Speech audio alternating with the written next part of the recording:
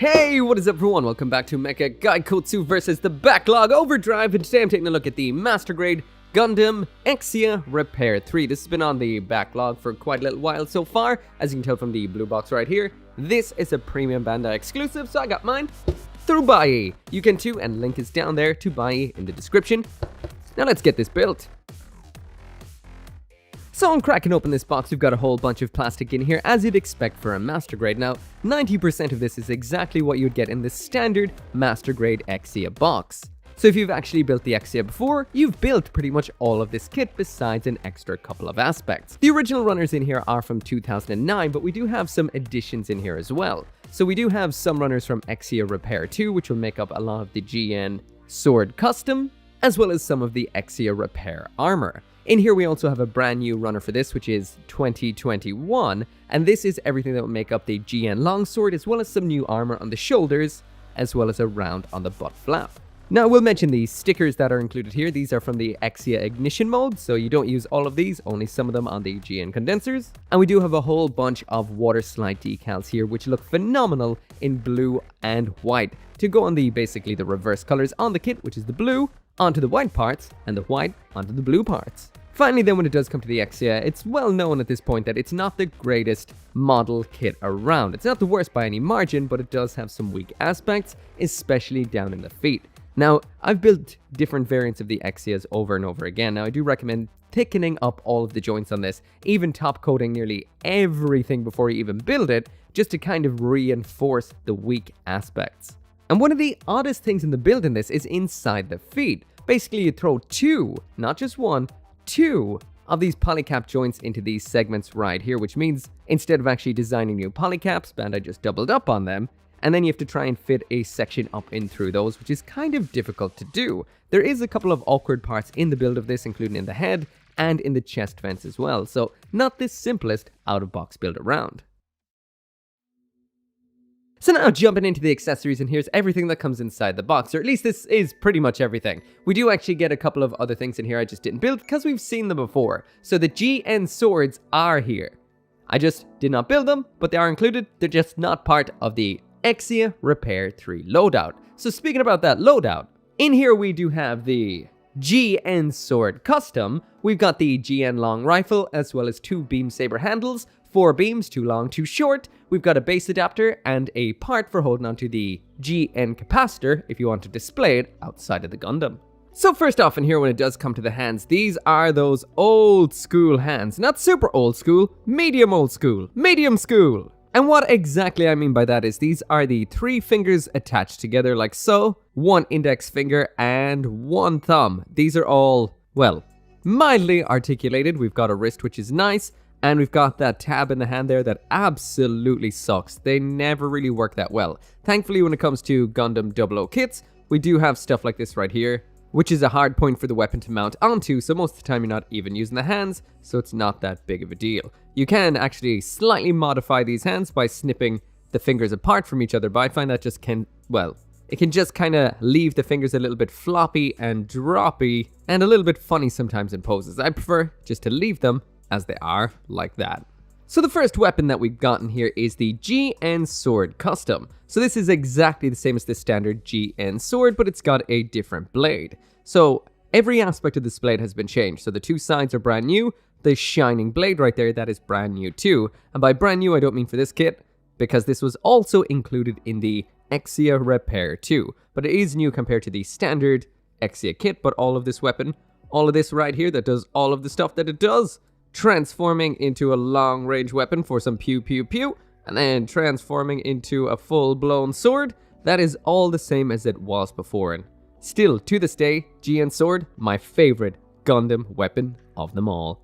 So when it comes to attaching this weapon into the arm, like I just mentioned, this is a double connection, which is very handy. First off, you can attach this into the forearm, which most of the time is enough to hold onto the weapon itself without the actual hand. So next up then, you have to pop this into the palm of the hand, which really does not work out. These hands are not great at all. So you actually have to get this into a tab in the hand, and this is a shallow, weak tab that actually wears away very, very quickly over time. So you don't even have to attach and remove weapons that often for it to become absolutely and utterly useless. Thankfully, it does hold into the arm fairly okay when it is in the rifle mode or the blade in the rifle mode kind of combo, if you know what I mean, the kind of blade tonfa kind of way. But once you're going to actually transform this into an upright sword in the hand, this just doesn't work at all. Quite frankly, this is a fairly horrible user experience. It'll just keep popping from the hand. The plug into the wrist, sure, it can hold via gravity, but when it comes to actually moving it around, it's going to pop too. So yeah, anybody who's out there that's still an Exia 1.0 sympathizer, I have no idea why. Even the ankles in this. Some people say that Bandai have done something along the lines of fixing the ankles in this kit since its original release, but nothing on the runners actually suggests that, and nothing from handling this suggests that either. Seriously, Exia 2.0, please! I want a good GN sword, please. However, I will mention it does look absolutely beautiful though. Anyway, while I'm on the point of the Exia right here and its ankles and legs, I think it's about time to get this up on a stand, just so I don't have to deal with those legs anymore. So we do have a base adapter in here. It looks a little bit something like this right here, because that is it. Pops onto the crotch, just like so. Feels okay, feels alright. Grabbing me an action base, it's mildly dusty. Popping Exia up there to test him out. And yeah, that's a decent base adapter, so that will get rid of the issue of those ankles. So next in here, we've got the main event of this kit besides the new armor, and that is the GN long rifle. This in its collapsed mode, it can open out just like so. This is nice and long. We do have a whole bunch of moving handles. We've got one up in here, which pops out just like so.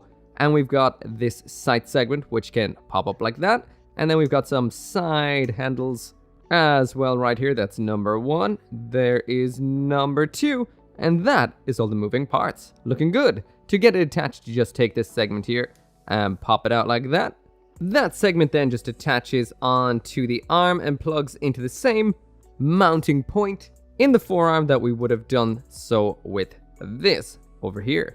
Then you just simply whack the GN longsword onto that just like so. It lines up perfectly with the hand, so it pops in there, pops into the hand. Actually, that went in super easy, probably because it is at a bit of a right angle to the arm, and that right there is what it looks like attached. So a nice big old weapon, probably the length, if not longer, than Exia itself. See, I suppose that right there is what I mean. This weapon was designed, well, in 2021, or at least was made in 2021, and it just plain works. It doesn't detach and fall all over the place like you'll find this over here will. So yeah, definitely, we need an Exia with some modern tech. It would be so awesome. And I would not be opposed to it if it was an MGEX, honestly. But a standard 2.0 would be enough. So yeah, when this is not in use, it can just detach from the hand just like so, and fold away like that, and then just move up and out of the way, just like the GN sword can. That can also do the same thing, flip back out of the way like so, so both the weapons are actually up behind Exia, like what you're seeing right there, and that, honestly, just looks awesome. So anyway, that right there is it for the review. Just a short one to talk about the different updates that are here in the Exia Repair 3 compared to what we would have seen before. So like I mentioned, just some new armor here and there. The shoulder is definitely a bit of a downgrade compared to what we would have seen before, and that Exia GN long rifle is pretty damn awesome. Is this worth shelling out for a P-Bandai kit this long after release? That is completely up to yourself. To me, it totally is, because I just love me a master grade Exia, regardless of the flaws and the issue this kit has. None of them are really all that much of a deal breaker to me, but if you find like weak joints, limited articulation, and kind of awkwardnesses and wonky hands a deal breaker, then this might not be for you. But still, it's an absolutely spectacular looking master grade.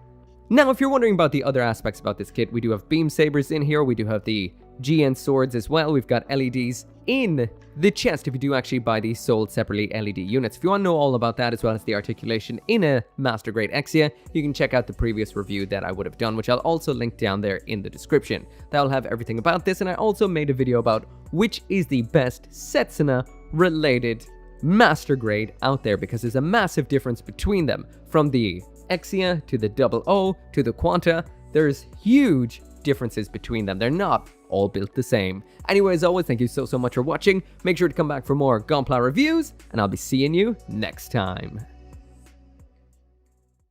As always, this video and every video would not be possible without each and every one of you guys who watches my videos. And special thanks to those of you who are supporting me over on Patreon and on the channel members, including Caleb Engelhart, Global Frequency Studios, Go Little Rockstar, Gunpla UK Limited, Joe, Kill Me Inc., Lauren Seahack, RG59061, and Van Fawn.